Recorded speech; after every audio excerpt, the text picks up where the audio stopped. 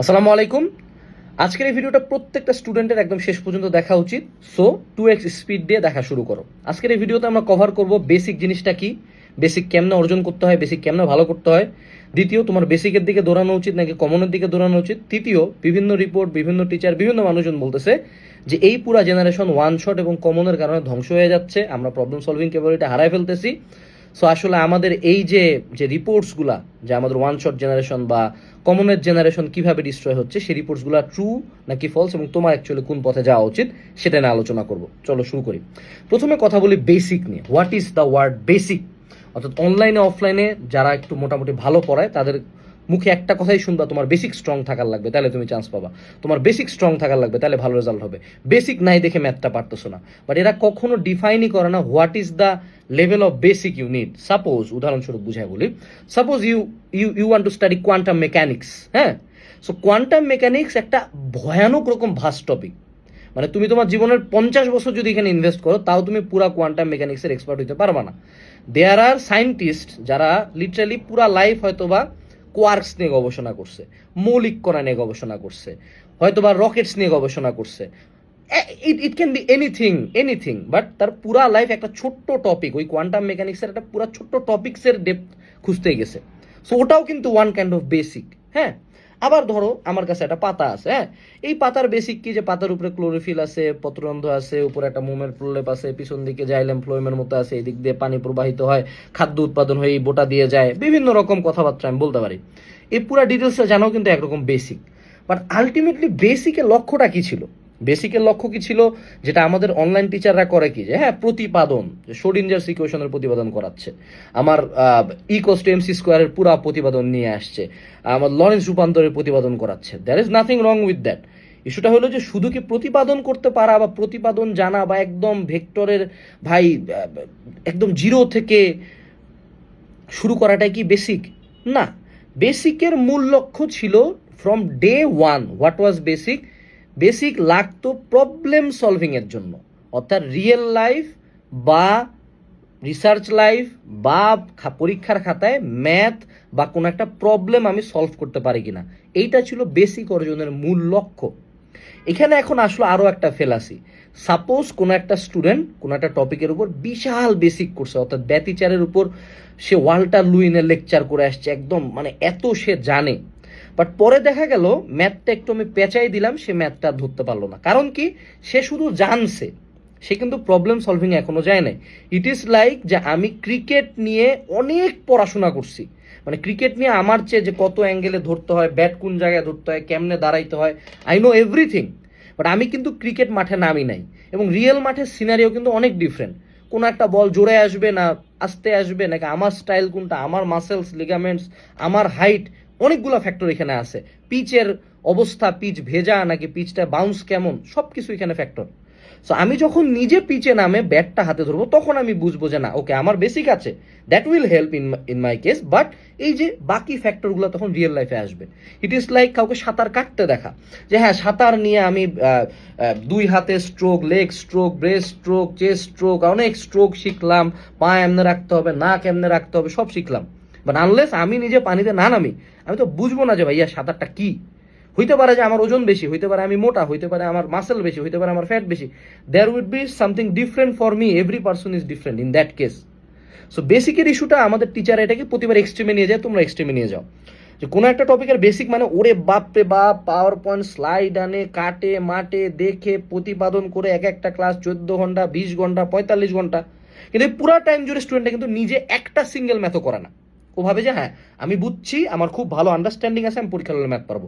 ফলশ্রুতিতে পরীক্ষার হলে যখন বেসিক লেভেল ম্যাথও দেওয়া হয়, একদম স্বাভাবিক ম্যাথ দিছে, কোনো চেঞ্জও করে নাই, সেটাও পারে না। আর একটু টুইস্ট করাই দিলে ওর কিন্তু খবর খারাপ হয়ে যাবে। কারণ টুইস্ট তো আলটিমেটলি থিওরি থেকে আসে নাই, ম্যাথের কোনো একটা পার্ট চেঞ্জ করেছে। যেমন পুরা ব্যতিচার ব্যবস্থাটাকে একটা তরলের মধ্যে ঢুকাই দিছে, এখানে এখন কি চেঞ্জ হবে? ল্যামডাটা চেঞ্জ হবে। সো মিউ আর ল্যামডার সম্পর্ক থেকে আনে, ল্যামডা বের করে দেন ব্যতিচারের বেসিক সূত্র দিয়ে ম্যাথ হয়ে যাবে, আমার ডোরা প্রস্থ বের হয়ে যাবে। সো এই যে ছোট চেঞ্জেসটা আমি ধরতে পারলাম না, কারণ এই স্টুডেন্টটা কিন্তু ম্যাথ করে নাই, ম্যাথ করেই নাই।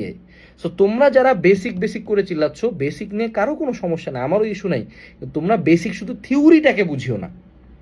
বেসিক ইজ আমি থিওরি পড়ছি, মোটামুটি ভালো মতো বুঝছি, বাট তারপর আমি 5 থেকে 10টা ম্যাথ নিজে হাতে অ্যাপ্রোচ করছি, এবং এইভাবেই বেসিক আরো স্ট্রং হয়, যে অ্যাপ্রোচ করে আমি আটকে গেছি, চিন্তা করছি অনেকক্ষণ, আরে এটা এ হবে না ভি হবে, কিভাবে করব। এই যে কিছুক্ষণ যে চিন্তা করছি না, এই প্রেশারটাই ব্রেনে বেসিক বিল্ড আপ করে, প্রবলেম সলভিং ক্যাপাবিলিটি বাড়ায়। এইটাই হলো মূল নিড। অর্থাৎ তোমরা ম্যাথটাকে অ্যাপ্রোচ করো, আটকে যাও, দেন তুমি হলো আমার ক্লাস দেখো, নোট দেখো, স্যারকে জিগাও, দেন ইউ সলভ ইট। এখন তোমরা কি চাও? তোমরা চাও স্পুন ফিডিং, আইদার আমাকে পুরা ভাইয়া বেসিক দেন, আপনি ম্যাথ করায় দেন, আমি কিছু করবো, আমি তাকায় থাকবো। এমনি জীবনে বেসিক বিল্ড আপ হবে না। আর এমনি যে বেসিকটা বিল্ড আপ হবে, প্রতিবার এক্সামে যাবা, প্রতিবার এক্সামে ধরা খাবা।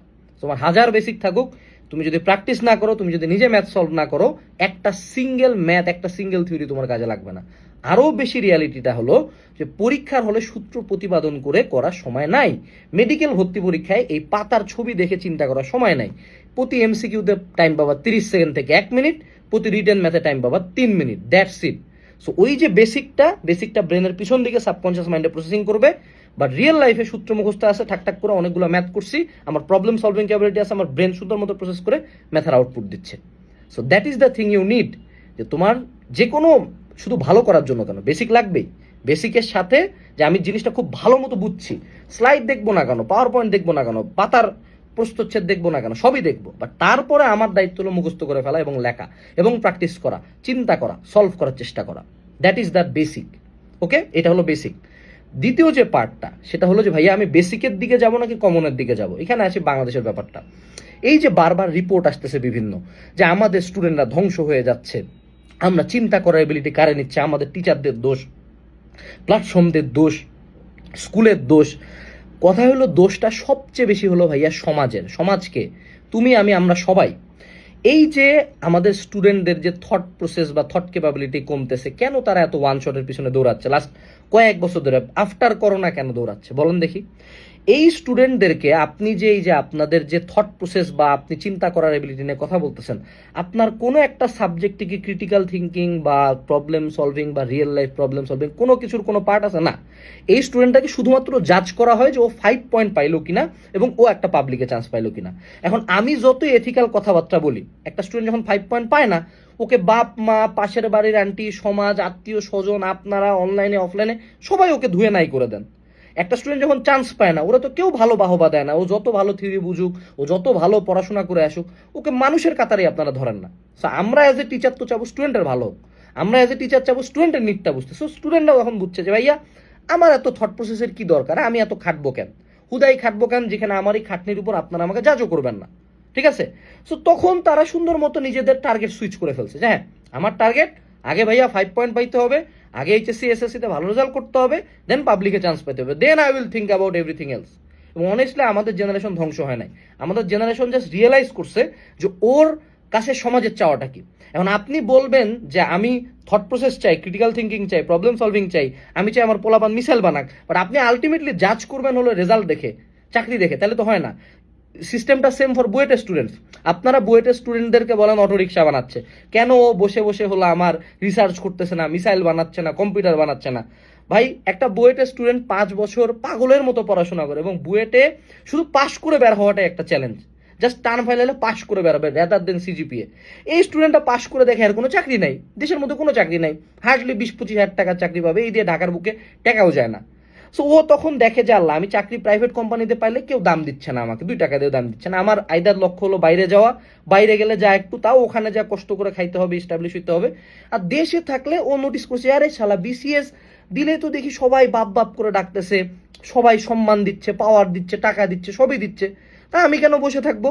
আমি যতই জনগণের ট্যাক্সের টাকা ইঞ্জিনিয়ারিং পড়ি না কেন, আমার তো বিসিএসটাই দরকার।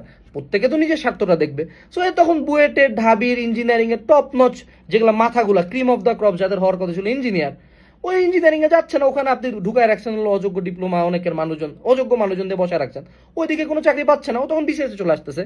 ও কি চুজ করলো? সমাজ কি চায়? সমাজ তো আপনারা আলটিমেটলি বিসিএস ক্যাডার হলে তুলায় নাচেন না। তো ও দেখতেছে যে হ্যাঁ এইটা আমি যদি একটু পড়াশোনা দেই, বাংলা ইংলিশ জিকে যদিও আমার ক্যাটাগরিরই ইনফরমেশন না, স্টিল এটা আমি মুখস্থ করতেই পারবো, এটা আমি পড়তেই পারবো, আমার তো মাথা আছে। সো ওইটা পড়ে সুন্দর মতো বিসিএস ক্যাডার হয়ে যায়। ও চুজ করছে কি, আপনি যেদিকে ওরা ঘাটাইছেন সেদিকে। আপনারা বিসিএস নিয়ে কতটা অবসেস এটা আপনারা জানেন না। আপনি যতই গালি দেন, if you are that student, আপনার হাতে যদি বিসিএস পাওয়ার অপশন থাকতো আপনি দিতেন না। সো বেসিক্যালি আমাদের জেনারেশনটা বা আমাদের কান্ট্রিতে কি হচ্ছে, আপনারা যা চান মানে যেটাকে আপনারা দাম দেন মানুষ সেটাকেই চুজ করতেছে, আর কিচ্ছু হচ্ছে না। অর্থাৎ এই যে আমাদের স্টুডেন্টরা গত 10 বছর আগে কি এত ওয়ান শট ছিল, এত কমনের জন্য পড়াইতাম, এত সাজেশনের জন্য পড়াইতাম না, বাট এখন একদম মিনিমাম রিকোয়ারমেন্ট একটা স্টুডেন্টের হয়ে গেছে যে ওকে 5 পয়েন্ট পাইতেই হবে, নাইলে বাপ মাই ওকে বাড়িতে রাখে না, ও পাবলিকে চান্স না পেলেও মানুষই না। সো স্টুডেন্টরা সিম্পলি আমাদের কাছে চাইছে যে ভাইয়া আমাদেরকে কমনের জন্য পড়ান, আমাদেরকে ওয়ান শট দেন, আমরা কমন পাইতে চাই, আমরা ভালো রেজাল্ট করতে চাই, আমরা টিচার, আমাদেরকে তো পেট চালাইতে হবে। আমরাও, শুধু আমি কেন, এভরি সিঙ্গেল এডটেক প্ল্যাটফর্ম আপনি তাকায় দেখেন, যারা বেসিকের জন্য পড়া ওরাও ওয়ান শট দিচ্ছে, ওরাও সাজেশন পিডিএফ দিচ্ছে। কেন? যে ওর রিকোয়ারমেন্টই এটা, স্টুডেন্টের 10 লাখ স্টুডেন্টের মধ্যে যদি 7 লাখ এটা চায়, আমাকে তো পেট চালাইতে হবে, আমাকে তো 7 লাখ স্টুডেন্টকে সার্ভ করতে হবে, আমি তো আমার স্টুডেন্টের নিডটা দেখবো রেদার দেন আপনার এথিক্যাল ফেসবুকের কথাবার্তা আমি শুনবো। সো আমি তখন ওকে এটা প্রোভাইড করতেছি। সো আপনি যদি আমরা এখন এই সিস্টেমটাতে চেঞ্জ আনতে চাই যে না স্টুডেন্টরা ওয়ান শট এবং কমনের জন্য পড়বে না, বা স্টুডেন্টরা হলো নিজেদের ক্রিটিক্যাল থিঙ্কিং বাড়বে, এটা একদিন 2 দিনে হবে না। এটা আপনি স্টুডেন্টকে গালি দিয়ে করতে পারবেন না, কোনো রিপোর্ট পাবলিশ করতে পারবেন না। এই যে অনলাইনে অনেকে আছেন অকথ্য ভাষায় গালিগালাজ করে সারাদিন ফেসবুকে পোস্ট দেন, ঠিক আছে, এইভাবে তো স্টুডেন্ট পরিবর্তন হবে না। এটা একটা লং টার্ম প্ল্যানিংয়ের ব্যাপার। 1-2 বছরে এই ট্রেনটা যেমন আসে নাই, এটা 1-2 বছরের ট্রেনটা যাবে না। আমি একা চাইলেও চেঞ্জ করতে পারবো না, আপনিও পারবেন না। It should B A step taken from the government level, Sarkar level থেকে একটা ব্যাচ থেকে পাইলটিং শুরু করতে হবে, ধীরে ধীরে ধীরে ধীরে ধীরে ধীরে ধীরে ট্রেনটা চেঞ্জ হয়ে যাবে।